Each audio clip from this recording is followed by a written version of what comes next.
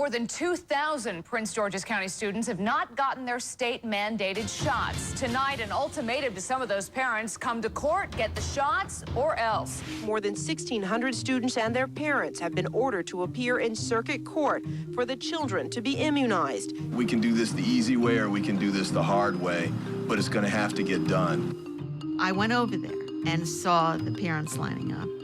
They had police with dogs and guns patrolling the courthouse.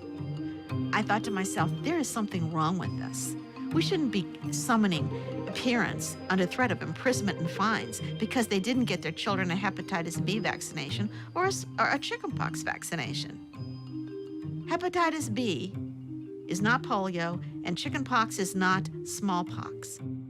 But parents have been so conditioned to believe that every time a new vaccine comes out, that it's going to be mandated, that they haven't stood up and fought for the right to make these choices.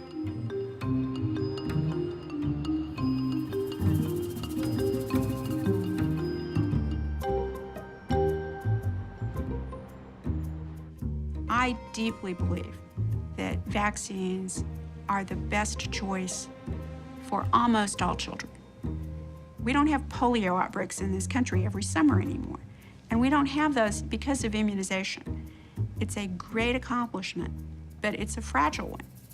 We need to remember that there are a number of people who can't be protected by vaccination.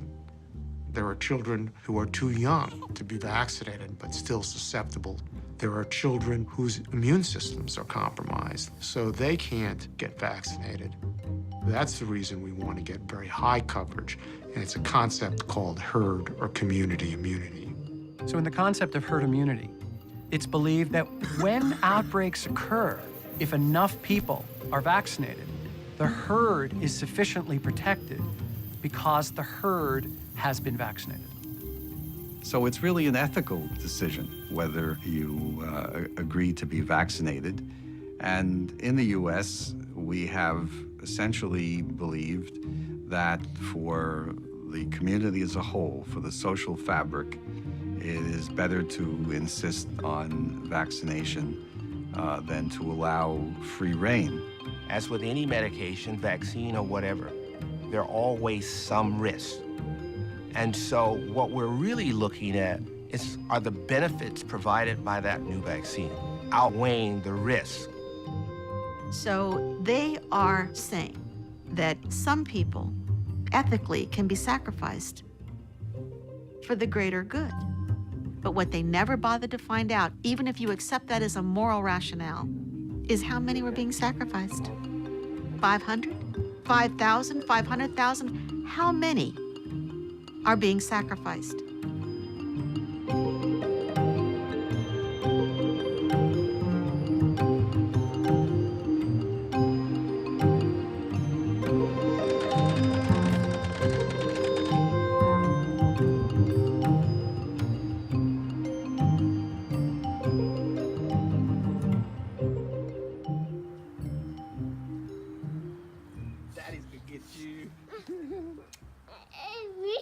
Come on, let's go. Let's go get dressed. Give me that binky. Mr. Forrest, are you awake? I am Stephanie Christner. I am, by training, a psychiatrist. I have an 8-year-old son and a 3-year-old son, and I have a daughter who died. When it comes to death with vaccines, I think there are two issues that are going on. One is you have an immediate reaction to a component in the vaccine, like an anaphylactic shock. Like if you eat peanuts and you're allergic to peanuts, you will die, your throat will close off. And there's things in vaccines that people are allergic to that they're not screened for, and that can happen immediately. But then there's also a delayed reaction. And that's something that takes place slowly over time due to chronic inflammation. And that's how my daughter died. You're sure? Okay. So meet it. It's been a tough year. My daughter's name was Victoria Grace Boyd Christner. She was born August 22nd, 2008. She was beautiful and perfect, and it kind of completed our circle. Now, you know, we'd had all these boys, and Stephanie now had her little girl, and it was awesome. Hi, little Vic. It's your first Christmas. She was so happy and awake and alert. Then she was vaccinated with all of the routine vaccinations at the age of 2 months and was never the same after that. Within that week, she became sick, more withdrawn, more irritable. She did not want to eat. And then sometime in there, she had an episode where she stopped breathing or had a seizure. I'm not sure what it was. And 911 actually comes out to our house, and she's fine by then. I just guess I was overreacting, and they looked at her, and everything seemed perfectly normal. They didn't run any tests on her, just it seemed absolutely not needed at the time. And that was probably December 15th, and then, of course, we go in December 23rd and give a whole nother round of vaccinations. It was Valentine's weekend. Stephanie was going to go with her girlfriends out of town, so she lined up for our caretaker to watch the kids. Remember, I was eating breakfast about 10 o'clock, and I got a call, and the phone call was the husband of our caretaker, and he said, something's happened. Victoria stopped breathing. She's turning blue. When I pulled up to the house, there was emergency vehicles everywhere, and I knew then that something terrible had happened. And when I went in the house and saw her on the floor, lying on her back, and her arms stretched out, and she wasn't moving, then I had to call Stephanie, and her friend answered the phone, and I said, "Can you put Stephanie on the phone? Victoria's died." And she said, "What?" And I said, "Victoria's died." She just was gone. And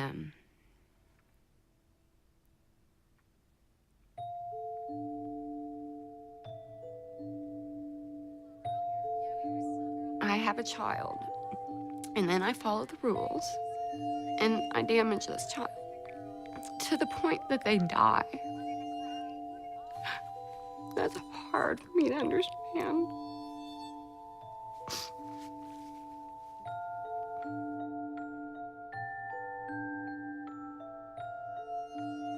A lot of doctors try to convince their patients that vaccines are 100% safe and that parents have nothing at all to worry about. You don't even need to question the system. And I think doctors that tell their patients that kind of information aren't telling the truth. Just like anything in medicine, there's always the risk of a possible reaction. Well, I've been looking into vaccines for about the last 15 years, ever since I had to start researching the decision for my own kids. But back then, I couldn't find any really good information. And I felt pretty ill-equipped as a pediatrician to answer patients' questions. I was advised by a lot of colleagues not to write the book because they knew the mainstream medical organizations would view the book as anti-vaccine. We're on call this morning with some harsh criticism of a popular best-selling book. It's called The Vaccine Book, Making the Right Decision for Your Child. An analysis in the journal Pediatrics says the book is flawed, misguided, and puts kids at significant risk of preventable diseases. You know, it's a very pro-vaccine book, but I dare, to suggest that there might be a safer way to vaccinate. Anytime I have a patient who is delaying vaccines, I certainly like to make sure that they're aware of what the disease risk is. What are some of your... From the mainstream medical viewpoint, there's no issue. Patients should just comply with the vaccine schedule, don't ask questions, and get the schedule as is. But I feel that patients nowadays really want to be educated themselves. I would prefer not to vaccinate, but I am going to do a select few of the vaccinations. And there are a lot of patients out there that I feel were not vaccinating their children because they weren't offered an alternative. Right, go and lay her down. I see a lot of parents leave their pediatrician's office unvaccinated because they're not willing to get so many shots at once. And so I came out with a schedule that allows parents to get their children fully vaccinated, but we spread it out a little bit and we slow it down a little bit. If you're curious how... There certainly are many parents now that are choosing to delay or withhold or separate vaccines. Pediatricians are faced with this all the time. As a physician, that's hard to watch. It's just very hard to watch people make a choice that's so ill-conceived, so poorly founded. There has to be some trust involved trust in the physician who is proposing the vaccination, trust in the system that's developed the vaccine. But try and sell that message in the 21st century. Trust me, I'm an expert. It doesn't work. I mean, we talk about wanting to empower parents so that they can make choices for their children that are the best choices, and that all appears to be a very logical, reasoned, empathetic thing to do. But the question is, are parents really in the best position to look at those data dispassionately and make the right decision? I don't think often they have that expertise. But that's just a very unpopular thing that I thought I'd say. Americans are well aware that a number of prescription drugs that have been licensed as safe have been found to be unsafe after they're used by millions of people. And yet, when it comes to vaccines, which are mandated by law, there's somehow this separation made. The vaccines couldn't possibly be the same. The majority of vaccine research is paid for by the vaccine manufacturers themselves. So the people who are approving the vaccines are taking the word of the pharmaceutical companies. The pharmaceutical companies have been allowed to be too present at the table at the FDA and the CDC. And I think a firewall needs to be built between those in government who are regulating, making policy for, and developing vaccines, and those pharmaceutical companies that are making profit off the sale of vaccines. You know, it's no wonder parents are asking questions. It's because doctors that are making these policies are financially benefiting from these policies. The ACIP is the organization that approves vaccine policy for the United States. You have some doctors on that board that have a direct financial interest in these vaccines. That's a huge conflict of interest. I think the conflict of interest issue hurts us. I mean, we see anything that has a financial side to it as evil. But these groups are made of people that are parents, that are giving these same vaccines to their children, that are closest to the data and know these data and are still giving these vaccines to their children.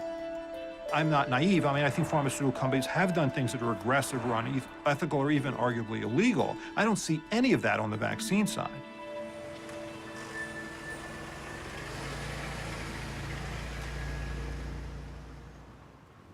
Hey, bud. Thanks a lot. Yeah, you too. As a baby, Jordan was just a typical baby. He met his milestones and was ahead of the curve on a few of them. Very social, had great eye contact. You know, everybody just said what a great little guy he was. And we just noticed over a period of a few months that he no longer spoke. He started walking on his toes all the time and flapping his hands when he would get excited or overstimulated. That's one of the first pictures. Yeah. Where you can see something's wrong. Eyes And aren't that as one- lively. I can't explain it, but it's just like the sparkle's gone. Yeah. He looked sad all the time. I ended up taking him to my pediatrician. She just said, oh, he's autistic. That's how it goes sometimes. You know, they're born that way. But we felt like there was something medically going on with him. So we took him to this doctor, and he said, the first thing I want to do is check him for heavy metals. I looked at those results, and the mercury was off the end of the page. I sort of freaked out. I thought, he's mercury poisoned. Where did that mercury come from? We tested the paint. We tested the air. I had the sawdust in my basement shop tested to see, is there mercury in that? When we talked to Dr. Green about it, told him what we were doing, he said, you don't have to look for where the mercury is coming from. We know where it's coming from. It's in the vaccines that Jordan's been getting.